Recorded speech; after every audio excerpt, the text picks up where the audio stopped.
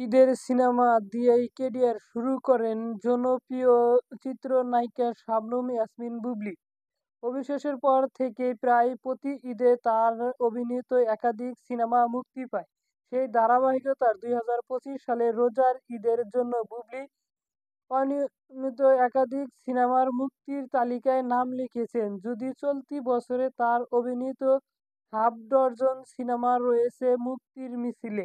এরই মধ্যে দুটি সিনেমা ঈদুল ফিতরে মুক্তি পাবে বলে ঘোষণা দিয়েছেন নির্মাতা।